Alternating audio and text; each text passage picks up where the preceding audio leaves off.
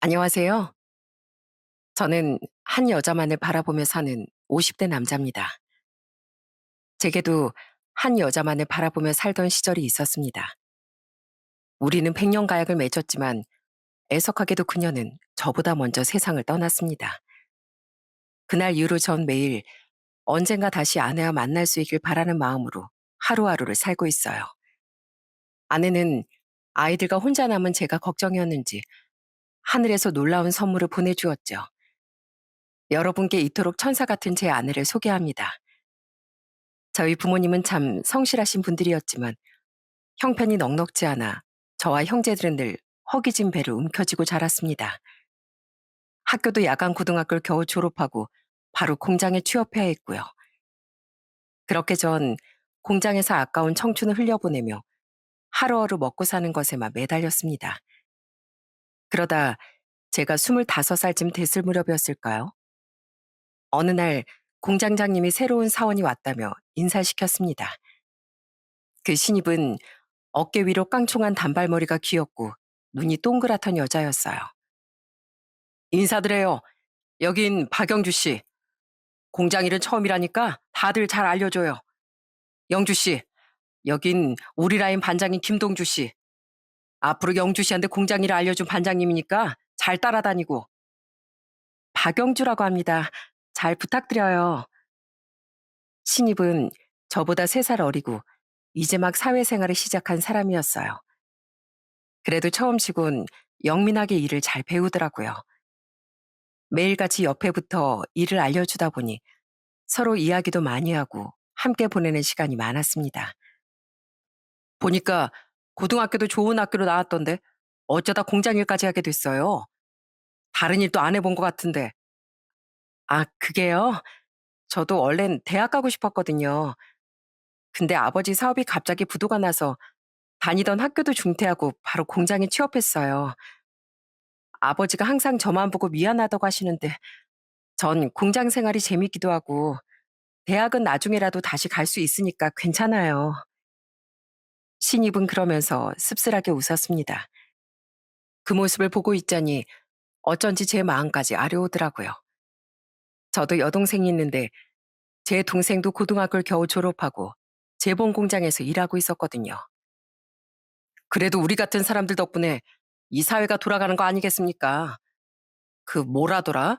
산업 여군이라고 하던가요? 힘냅시다. 언젠가 좋은 날이 올 거예요. 저는 신입의 사정을 알게 된 이후로 자꾸만 신경이 쓰여서 공장 일 말고도 여러 가지 일을 큰오빠처럼 챙겨주었어요. 야간 작업을 하고 혼자 집에 가길래 몇 번 동네까지 데려다 주기도 하고 주말에 가끔 맛있는 밥도 사주고요. 그러다 보니 자연스럽게 서로 마음이 통하게 되었죠. 반장님, 아침 식사는 하셨어요? 요즘 피곤하다고 자꾸 식사 거르시던데 그러시면 몸 상해요. 밥 꼭 챙겨 드세요. 영주야, 우리 이제 사귀는 사이인데 언제까지 그렇게 깍듯하게 대할 거야? 이제 말 편하게 하면 안 돼? 그러게요. 그런데 처음부터 반장님 하던 게 버릇이 돼서 반말이 쉽게 안 나오네요. 전 존댓말이 더 편한걸요? 영준 저와 연애하는 내내 반장님 소리를 내려놓지 못했습니다. 그래도 저에겐 언제나 귀엽고 착한 여자친구였죠. 그렇게 저희는 3년간 연애하고 결혼을 약속했습니다. 제가 처음 결혼 이야기를 꺼내자 영준 감동하면서도 걱정이 많아 보였어요. 저도 반장님이랑 어서 결혼하고 싶어요.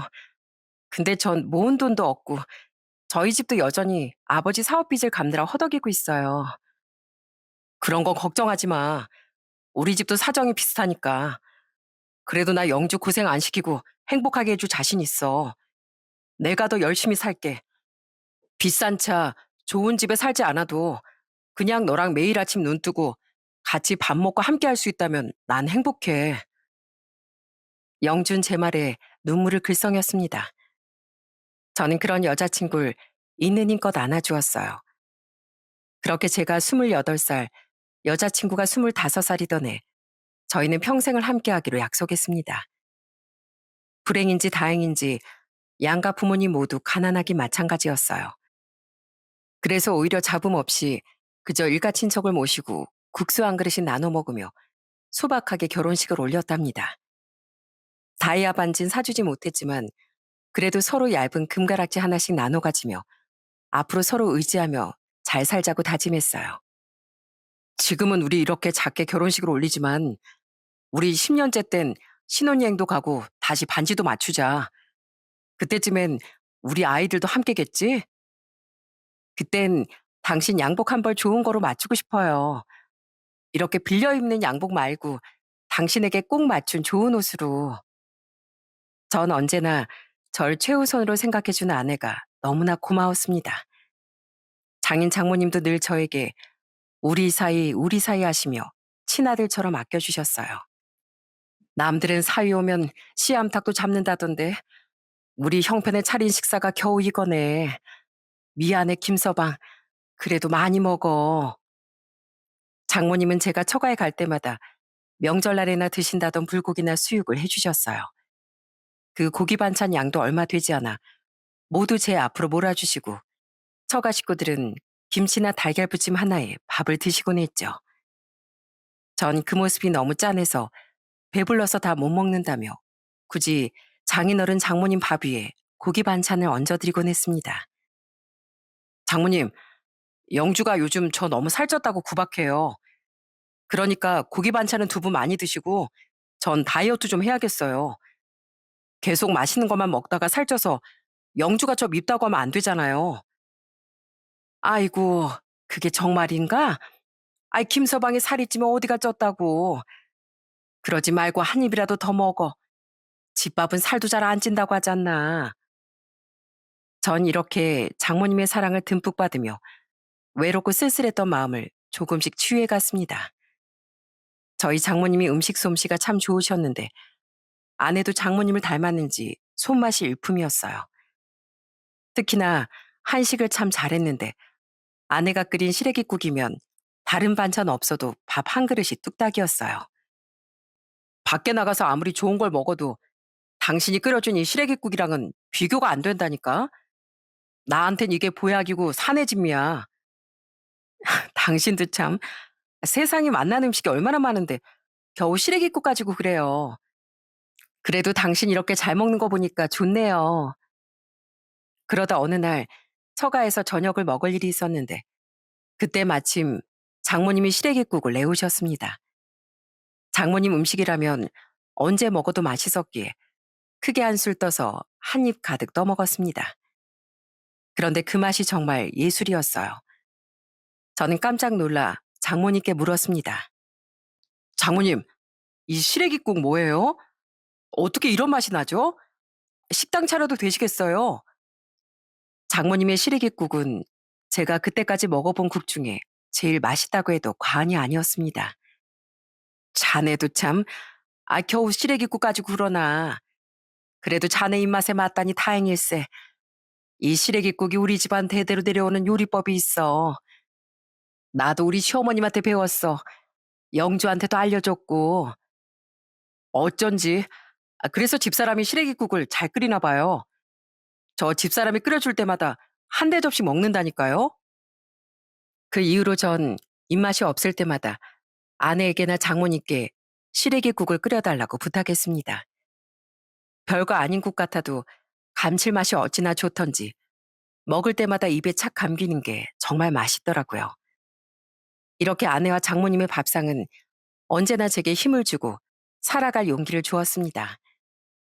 저희 아들, 딸 하나씩을 낳고 평범한 부부로 살면서도 언제나 서로에게 가장 큰 힘을 주는 사이 좋은 부부였어요. 물론 살다 보니 힘든 일도 있고 속상한 일도 있었죠. 항상 따뜻하고 정 많은 처가에도 사실 골칫거리가 하나 있었거든요. 그건 바로 아내 큰오빠, 저에겐 형님 되시는 분 때문이었습니다. 장인어른 장모님 모두 언성 한번 높일 줄 모르시고 순한 분들인데 어떻게 두 분에게 그런 아들이 나왔는지 모를 정도였어요. 아이씨, 속 아파. 엄마, 나 라면 하나만 끓여줘요.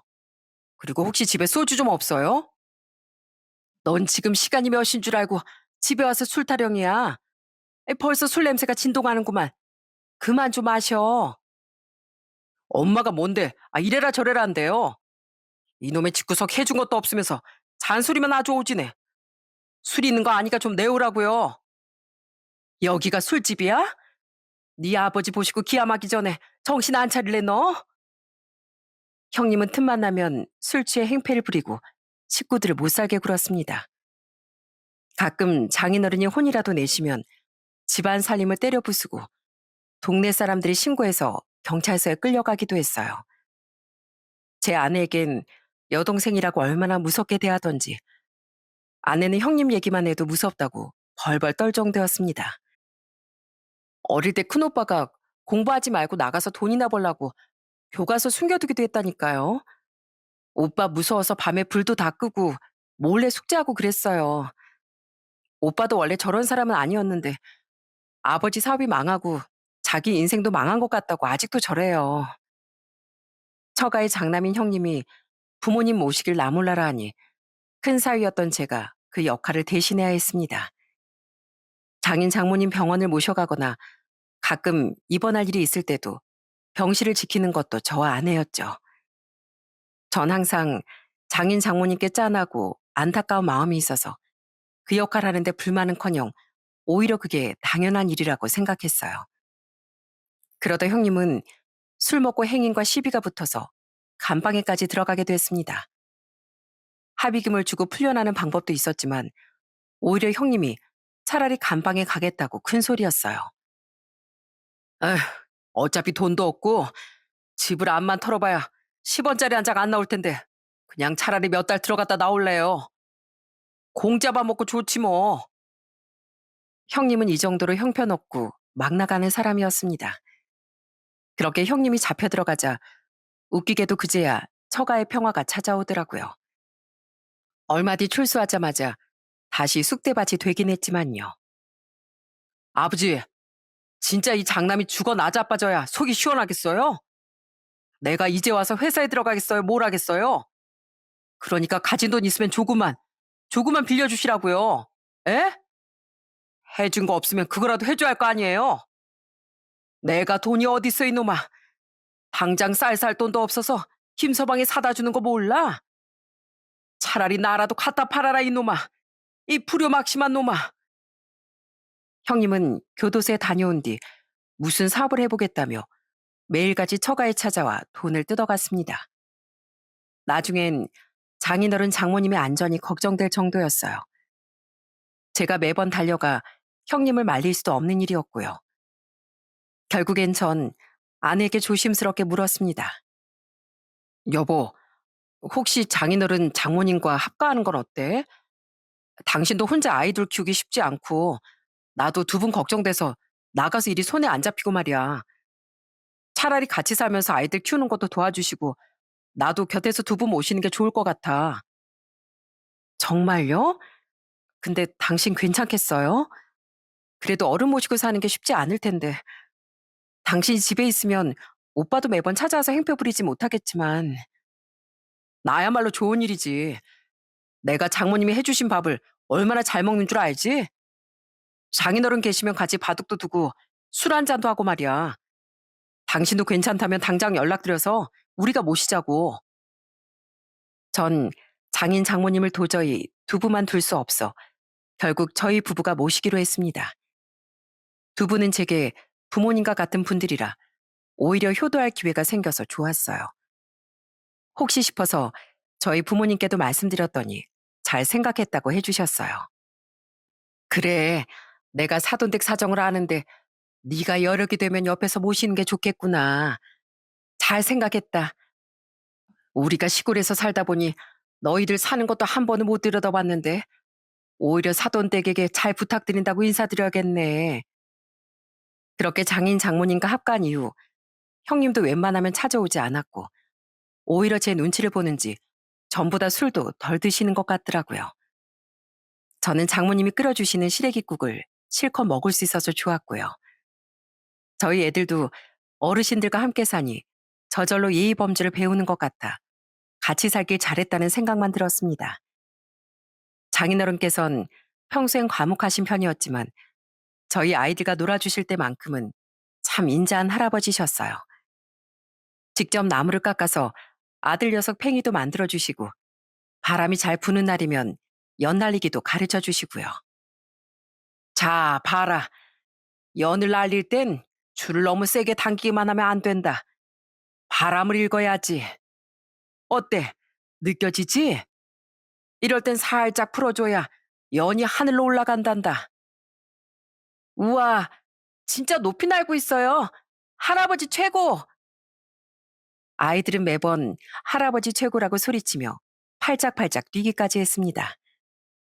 주말이면 마당에 평상 하나 놓고 장모님은 콩을 써서 콩국수를 말아주시고 아내는 수박을 썰어 아이들 입에 하나씩 물려주곤 했죠.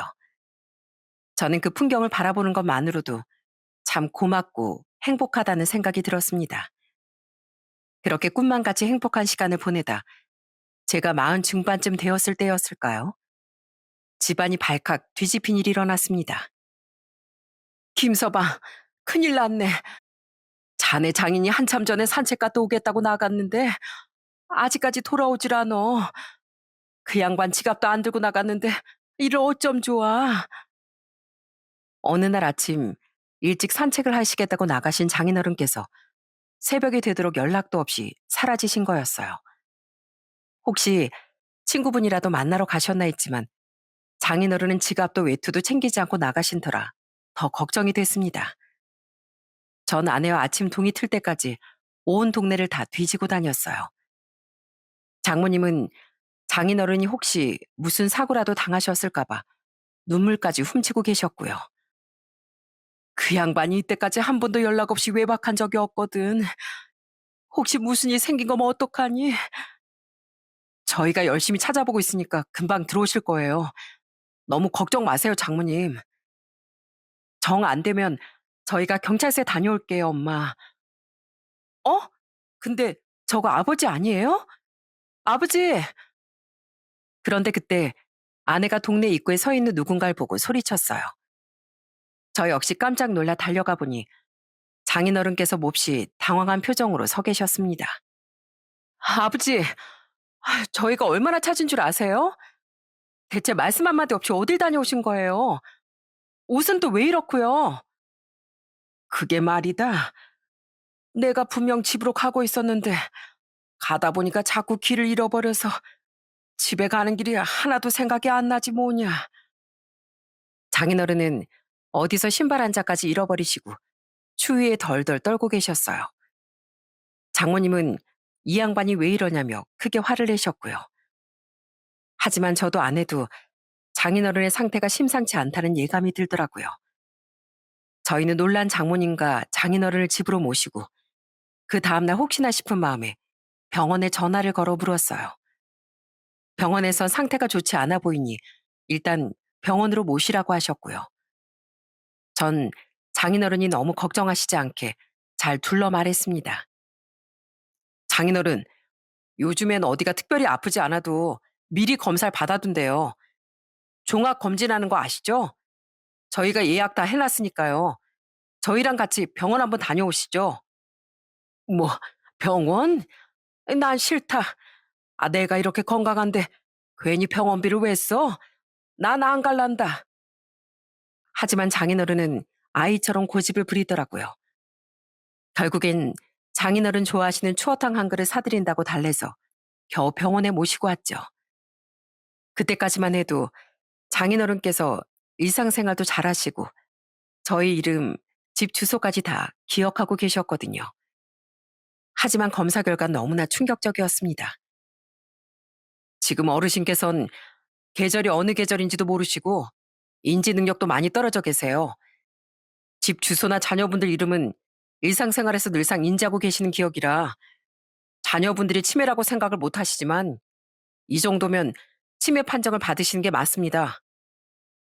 장인어른은 아직 이른 나이에 치매 판정을 받고 말았습니다.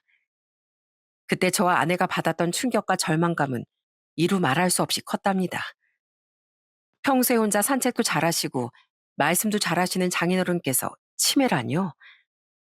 무엇보다 앞으로 장인어른을 어떻게 돌봐드려야 할지 암담하기만 하더라고요. 장인어른께서도 자세히는 모르시는 것 같지만 검사 결과가 좋지 않다는 건 눈치채셨나 봐요. 왜? 검사 결과가 많이 안 좋대? 내가 많이 안 좋다냐? 김서방 미안하네. 영주야 미안하다. 장인어른은 무슨 일인지도 모르시고 그저 저희에게 미안하다고만 하시며 어린아이처럼 울먹이셨어요. 저는 그런 장인어른 얼굴을 보고 눈물이 날 것 같은 걸 간신히 참았고요. 아니에요, 장인어른. 아주 건강하시대요. 앞으로도 지금처럼 식사 잘하시고 운동도 열심히 하시면 괜찮대요. 그러니까 너무 걱정 마세요. 이 김서방 믿으시죠? 제가 항상 장인어른 잘 모시고 다닐게요. 하지만 치매 어르신을 돌보는 건 마음처럼 쉽지만은 않더라고요. 다행히 아직 경증이시긴 했지만 언제 상태가 더 나빠질지 아무도 모르는 상태였거든요. 장인어른은 장모님 말씀은 안 들어도 제 말이라면 참 잘 따르셨습니다. 김서방이 그렇다 하면 그런가 보다 해야지. 당신도 김서방이 하라는 대로 해. 토달지 말고. 아이고, 아이 당신만 고집 안 부리면 김서방 고생시킬 사람 아무도 없네요. 평생 같이 산 마누라 말을 안 듣고 사위 말을 아주 철석같이 듣네. 장인어른은 어디 가기 싫다고 떼를 쓰시다가도 제가 모자 하나 툭 씌워드리고 장인어른 같이 바람이나 쐬러 가요. 가셔서 공원에 애들 연날리는 것도 구경하시고요. 장인어른 연날리기 선수시잖아요. 하면 못 이기는 척 따라오셨죠. 아내와 장모님은 항상 제게 미안해 하셨어요. 저는 저보다 아내와 장모님의 고생이 훨씬 많다고 생각해서 미안해 하실 필요 없다며 그렇게 서로를 다독였답니다. 시간이 지날수록 장인어른의 치매 증세는 심해지셨고 그럴 때수록 가족 모두가 더욱 힘을 내야 했어요. 장인어른, 제가 누구예요? 제 이름이 뭐예요? 자네, 자네가 누구더라? 영식이던가?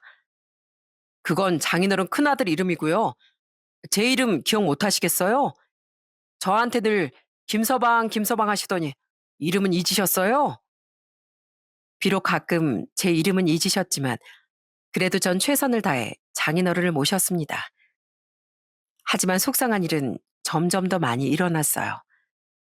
잠시라도 한눈을 팔면 어디론가 사라져서 몇 번이고 파출소를 뛰어가야 했고 번호가 적힌 팔찌와 목걸이까지 해드렸지만 답답하고 던져버리셔서 장인어른 옷에 하나하나 이름표를 바느질해 넣는 수밖에 없었죠. 장인어른, 혹시 집에 오는 길이 생각 안 나시면 제가 어떡하라고 했죠? 이거 옷에 바느질해 둔 거 이거만 보여주시면 돼요. 아셨죠? 이거? 아유, 몰라. 난 몰라. 하지만 어른 셋이 종일 장인어른만 쳐다보고 있어도 자꾸만 일어나는 사고를 막을 수가 없더라고요. 그러다 기어이 장인어른께서 저희 둘째 아이를 다치게 만드는 사고가 일어났어요. 아, 엄마, 할아버지가, 할아버지가 내 손 이렇게 만들었어. 장인어른은 어느 밤중에 갑자기 둘째에게 팽이를 만들어주고 싶으셨는지 자던 아이를 깨워서 같이 나무를 자르다가 실수로 아이 손을 살짝 다치게 하신 모양이었어요. 장인어른이 일부러 그러신 건 아니라는 건 알지만 아내는 그날의 일을 겪고 심경이 더욱 복잡해 보였죠. 여보, 아무래도 우리 아빠 병원으로 모셔야 할 것 같아. 우리 애들 아직 어리기도 하고 앞으로 아버지 상태가 더 나빠질 텐데 너무 죄송하지만 나 자신이 없어. 아낸 결국 울면서 장인어른을 병원으로 모시자고 하더군요. 저도 장인어른께 죄송하지만 아내가 힘들어하는 걸 두고 볼 수는 없었어요. 장모님께서도 잘 결정했다고 하셨지만 내심 속상한 마음이셨겠죠. 그렇게 저흰 장인어른을 병원으로 모셨습니다. 아무것도 모르는 장인어른을 혼자 병원에 두고 나오는 마음이 너무나 참담하고 슬프더라고요. 장인어른, 여기서 치료 잘 받고 계시면 제가 주말에 와서 추어탕 사드릴게요. 그러니까 간호사 선생님들 말씀 잘 듣고 계셔야 돼요. 아버지, 죄송해요. 저희 자주 올게요. 약 잘 챙겨 드시고요. 밥도 꼭꼭 잘 챙겨 드셔야 돼요. 하지만 며칠 뒤 저흰 다시 장인어른을 집으로 모셔야 했습니다. 장인어른은 병원에서도 손을 뗄 정도로 난동을 부리시고 밥도 잠도 혼자선 아무것도 못 하셨대요. 장모님은 장인 어르신의 상태를 전해드리시곤 크게 오열하셨습니다. 아휴, 그 양반이 혼자 병원에서 얼마나 힘들었으면 그랬을까. 영주야, 김서방, 내가 정말 미안한데 그 양반 다시 집으로 모시면 안 될까? 내가 두 사람한테 피해가지 않게 옆에 계속 붙어 있을게. 아니면 방문 아예 걸어 잠그고 조용히 있을게. 그러니까 다시 집에 데려오면 안 되겠니? 장모님, 저도 장인어른이 그렇게 힘들어하시는 걸 두고 볼 수가 없겠어요. 당연히 저희가 모셔와야죠. 제가 당장 가서 장인어른 모셔오겠습니다.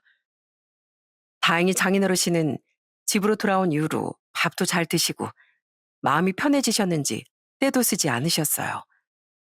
계속 저희가 돌봤어 했는데 저희가 편해지자고 병원으로 모셨던 게 너무나 죄송하더라고요. 다시 장인어른을 모시고 난 뒤 전 제대로 치료비를 모아야 할 것 같아 공장 야간 작업까지 뛰고 아내도 오전 근무를 하며 집안 살림과 아이들을 돌봤습니다. 장모님도 혹시 저희에게 피해가 갈까봐 365일 장인어른 곁에 딱 붙어서 병수발을 드셨고요. 저도 저대로 힘들었지만 특히 저희 아내가 고생이 많았어요. 새벽같이 일어나 출근하고 돌아와서 집안 살림은 혼자 다 도맡아 했으니까요. 그러다 가끔 야간 알바를 뛰기도 하고요. 아내는 몸이 많이 축났는지 결국엔 코피까지 흘리며 종종 어지럽다는 소리를 했습니다. 그렇게 온 가족이 장인어른께만 집중한 지 4년쯤 흘렀을 거예요. 어느 날 모르는 번호로 전화가 걸려왔습니다. 저도 그날 야간 작업을 하고 돌아오는 길이었고 아내도 밤샘 알바를 하러 나가 있던 상황이었어요.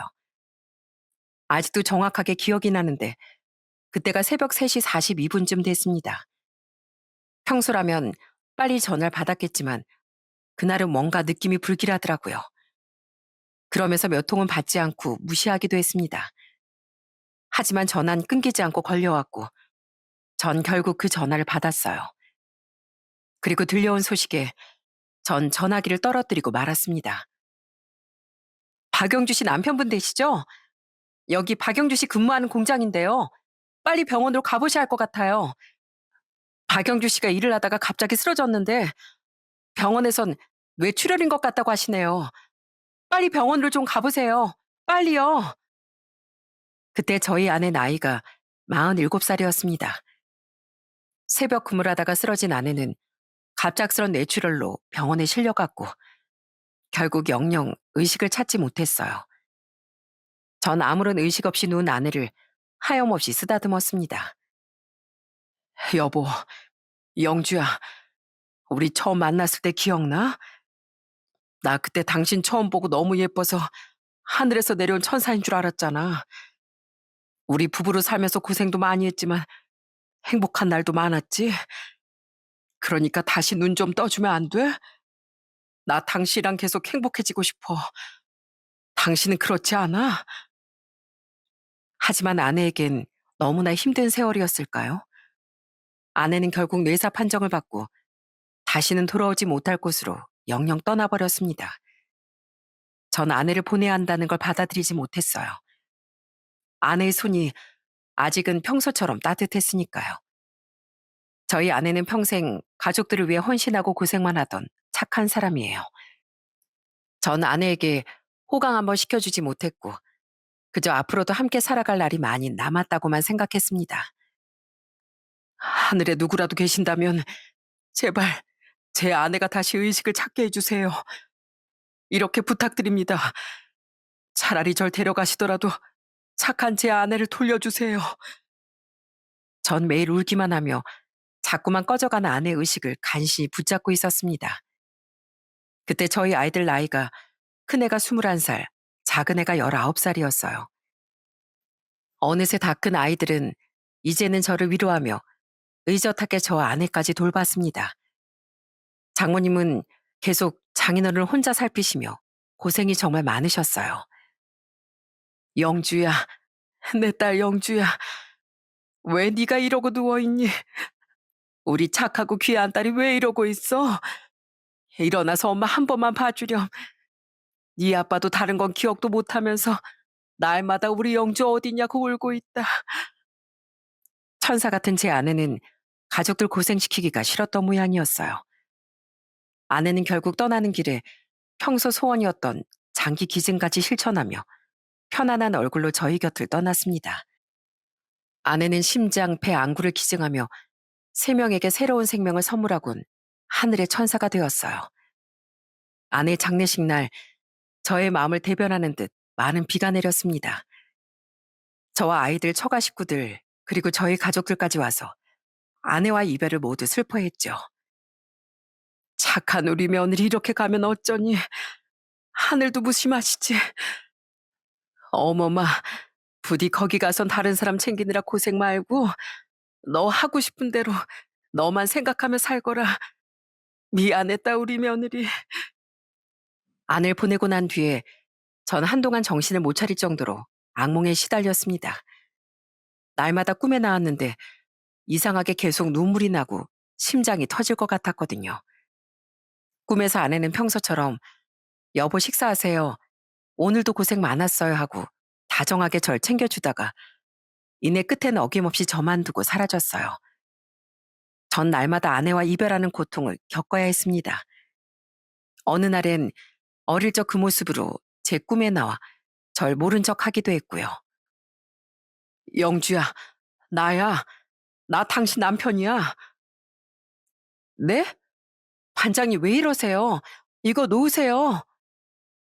그럴 때마다 전 비명을 지르거나 밤새 끙끙 앓곤 했습니다.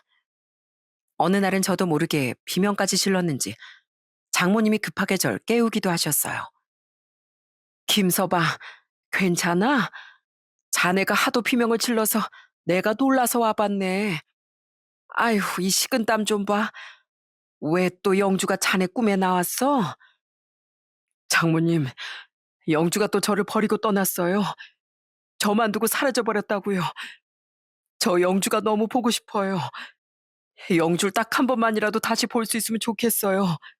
저 어떡해요? 이 사람아, 그래도 기운 차려야지.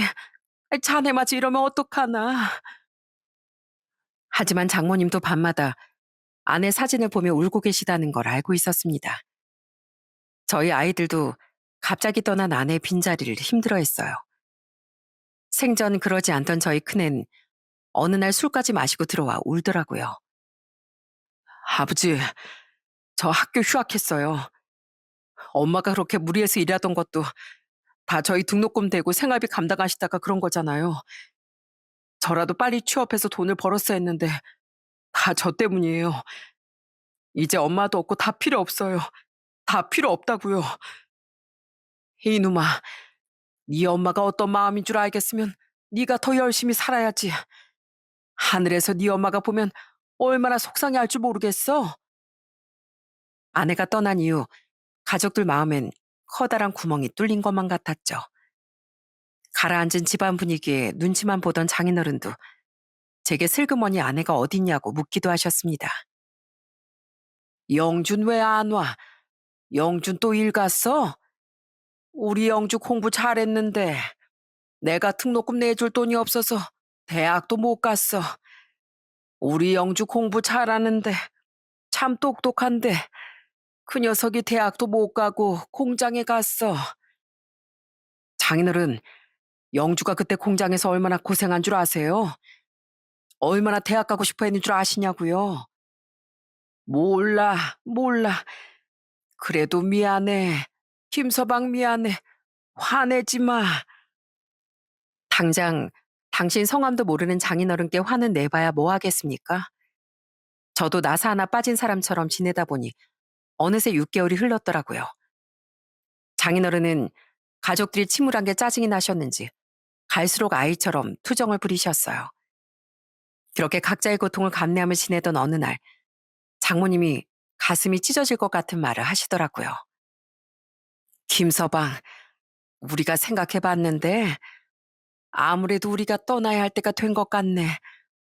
자네도 우릴 보면 자꾸 영주 생각이 나서 속상할 테고 이 양반 병도 갈수록 심해지니 가족들 모두가 더 힘들어질 거야. 그러니 차라리 우리 둘이 조용한 곳에 들어가 사는 게 나아. 장모님, 그게 무슨 말씀이세요? 혹시 제가 요즘 두 분께 너무 소홀해서 그러시는 거예요? 제가 여유가 많이 없었어요. 제가 다시 신경 많이 쓸게요. 그러니까 다신 그런 말씀 마세요. 아닐세. 자넨 우리에게 과분할 정도로 잘하고 있어. 근데 이젠 내가 자네를 보고 있기 힘들어서 그래. 자네가 무너져 가는 걸 보면 다 내 탓인 것 같고 이 양반 잘못인 것 같아서 나 숨도 못 쉬겠어. 자네가 자꾸 악몽을 꾸는 걸 볼 때마다 나도 같이 미쳐버릴 것 같네. 자네도 우리 있고 이제 새 인생 살아야지. 간 사람 이미 가버린 거고 산 사람은 또 살아야지. 언제까지 늙은 장모하고 치매 걸린 장인에게 매여 살 거야? 안 됩니다. 장인어른 장모님은 끝까지 제가 모실 거예요. 저 자꾸 속상하게 하실 거예요? 두 분 안 계시면 제가 누구한테 기대 살아요? 그러니까 다시는 그런 말씀하지 마세요. 급기야 전 화까지 내며 장모님의 결정을 반대했습니다. 하지만 어느 날 퇴근을 하고 보니 장모님은 장인어른까지 모시고 흔적도 없이 사라지고 말았어요. 어느새 짐까지 다 챙겨서 떠나버리셨죠. 전 장모님께 몇 시간이고 계속 전화를 걸었지만 끝내 장모님은 이 하나뿐인 사위의 전화를 받지 않으셨습니다. 장모님, 진짜 제 마음 모르시겠어요? 정말 이러실 거예요? 두 분까지 이러시면 제가 어떻게 살아요? 그러니까 제발 전화 한 통만 받아주세요. 제발요. 전 초조한 마음에 장모님께 문자 메시지를 남겼습니다. 그러자 잠시 후 장모님께 마지막 메시지가 날아왔더라고요. 김서방, 이렇게 훌쩍 떠나는 우리를 용서하게나. 자네와 손주들을 두고 떠나는 내 마음도 찢어질 것 같네. 하지만 아무리 생각해도 이게 최선이야. 자네 아직 젊어. 난 자네 앞길을 막고 싶지 않네. 우리 영주도 분명 그렇게 생각하고 있을 거야. 앞으로 난 내 남편과 어디 시골에 내려가서 조용히 여생을 보낼 생각이네. 우린 잘 지낼 테니까 너무 걱정 말고 부디 자네 건강 챙기길 바라겠네.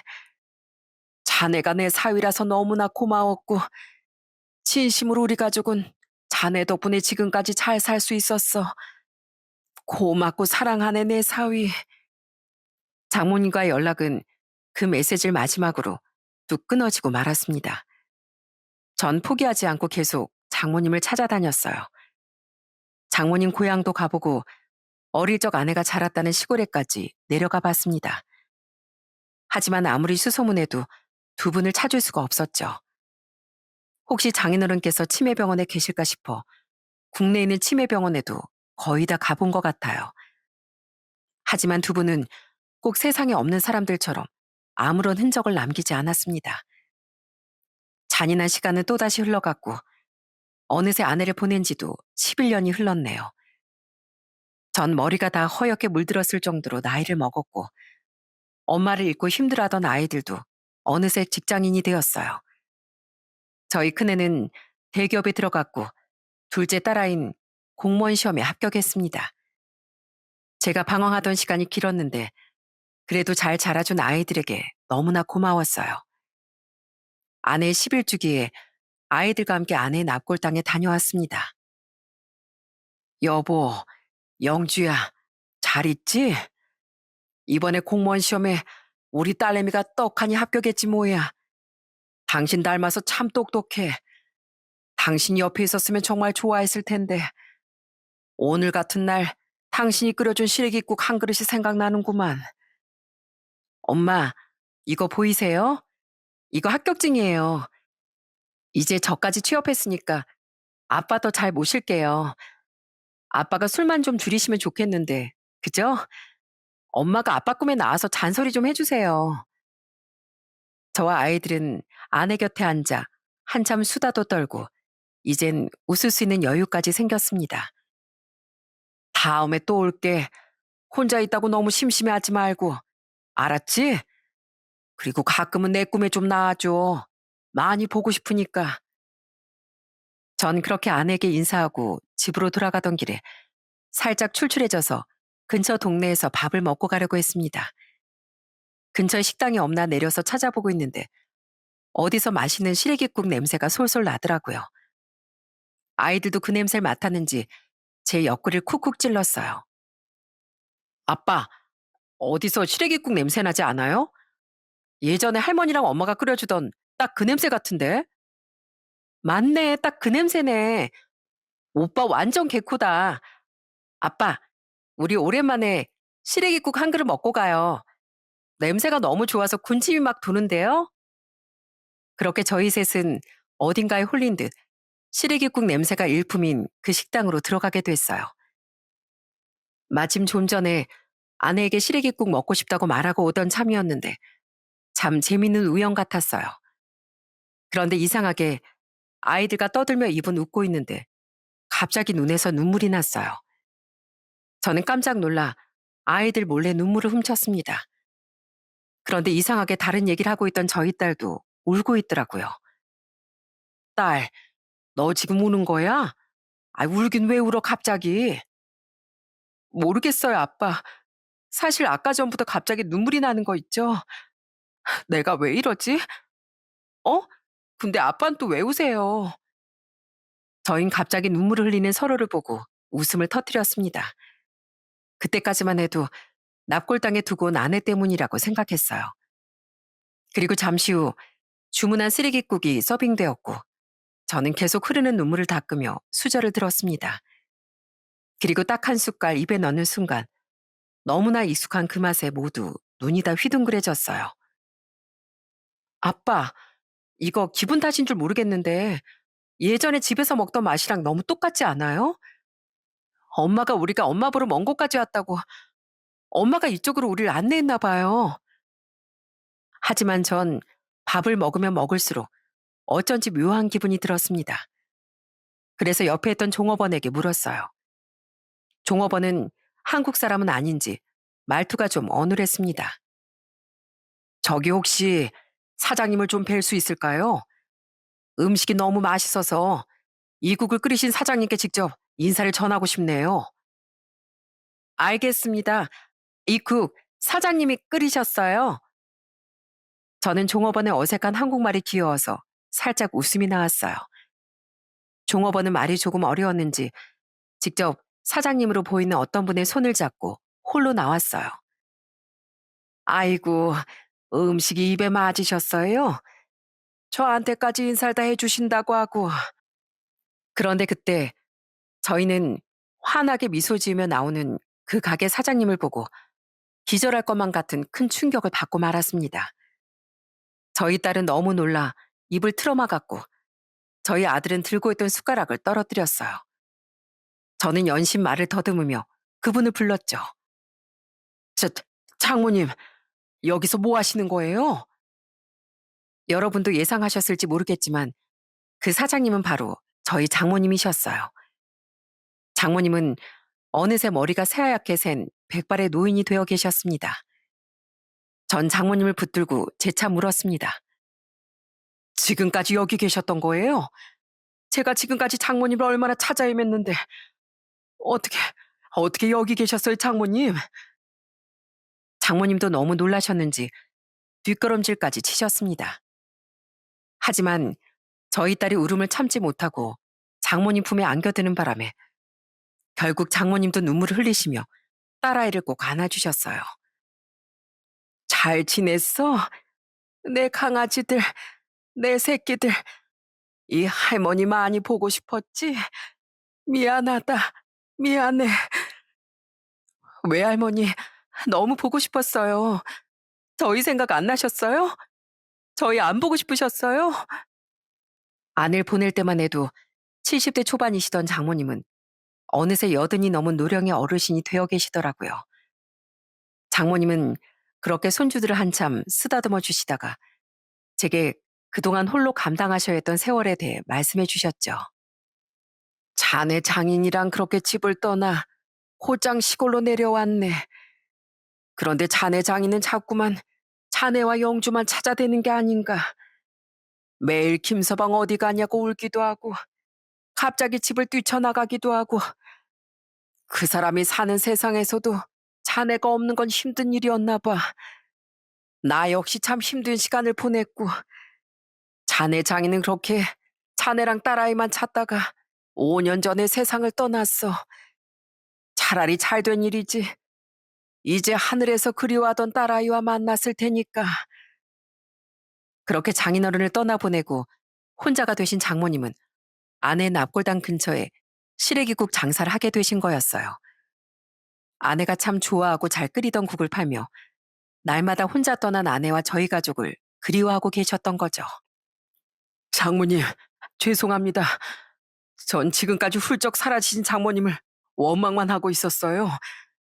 장모님 혼자 장인어른 돌보시면서 얼마나 힘드셨을까. 또 혼자가 되신 이후에 얼마나 외로우셨을까. 그 고통을 사위인 제가 미처 헤아리지도 못했습니다. 용서하세요, 장모님. 아닐세, 김서방. 우리가 이렇게 다시 만나게 된 것도 다 하늘에서 영주가 만들어준 운명 아니겠나. 자네 그동안 혼자 아이들 돌보면서 고생 많았지? 자네 혼자 두고 떠난 내가 매정했어. 전 정말로 오랜만에 있는 힘껏 장모님을 안아드렸어요. 저희 장모님 어느새 많이 마르고 작아지셨더라고요. 저는 그 순간 다짐했습니다. 제 어머니 같은 장모님을 다시는 혼자 외롭게 두지 않을 거라고요. 그렇게 다시 만난 저희 네 식구는 다시 살림을 합치고 예전처럼 사이좋게 잘 지내고 있습니다. 지금 전 장모님의 시래기국을 실컷 먹을 수 있는 현실이 꿈만 같아서 좋습니다. 저희 부모님도 장모님과 다시 만난 사연을 들으시고 한 걸음에 저희 집까지 찾아오셨어요. 사부인, 혼자 고생이 얼마나 많으셨어요, 그래. 이제 멀리 가지 마시고 손주들 효도받고 사셔야지요. 지금 저희 부모님과 장모님은 친구지간처럼 같이 시간도 보내시고 함께 병원도 다니시면서 건강하게 노후를 보내고 계세요. 얼마 전엔 저희 딸이 시집을 갔답니다. 딸의 손을 잡고 식장으로 들어서는데 정말 만감이 교차하더라고요. 아내가 남기고 간 가장 귀한 선물인 우리 아들딸, 그리고 역시나 아내가 다시 이어준 소중한 인연인 저희 장모님. 이 모든 게 아내가 제게 주고 간 보석보다 소중한 선물들이잖아요. 딸, 너도 네 엄마처럼 따뜻하고 사랑이 많은 아내이자 엄마가 되었으면 좋겠구나. 못난 애비 곁에서 이렇게 예쁘게 자라줘서 고마워. 아빠, 엄마도 없이 저희 기르느라 정말 고생 많으셨어요. 저 행복하게 잘 살게요. 고마워요, 아빠. 사랑해요, 아버지. 저희 딸 참 예쁘고 씩씩하게 잘 자랐죠? 저희 아들놈도 장가를 갔으면 소원이 없겠는데 이 녀석은 아직도 아빠 곁이 좋다고 응석을 부리네요. 전 요즘도 지갑 속에 늘 아내 사진을 넣고 다닙니다. 그러면 아무리 힘든 일이 있어도 다 해낼 수 있을 것 같거든요. 요즘은 저도 슬슬 은퇴할 나이가 되어 장모님 식당 일을 도와드리며 지내고 있습니다. 설거지도 도와드리고 홀 서빙도 하고요. 우리 사이도 이제 머리에 눈이 소복히 내렸네. 아, 이리 좀 와보게. 그래도 아직 젊은 사람이 흰머리가 이렇게 많아서 되겠어? 내 염색 좀 해줄 테니까 있어봐. 장모님, 저한테 젊다는 사람은 아마 장모님밖에 없을 거예요. 장모님도 가만 계세요. 제가 아주 20살 어려지게 염색해 드릴 테니까요. 이쯤 되면 저 그래도 잘 지내고 있는 거겠죠? 제가 이렇게 사연을 보내게 된 것도 요즘 보면 가족들 간에 싸우고 갈등을 겪는 일들이 너무 많은 것 같더라고요. 부디 저희 가족들 이야기가 이 힘든 시국에 여러분께 따뜻한 기운을 불러일으켜 드렸으면 좋겠습니다. 부디 저희 가족들에게도 여러분께도 좋은 일만 있길 바라고 또 바라겠습니다. 지금까지 사연 들어주셔서 정말 감사합니다.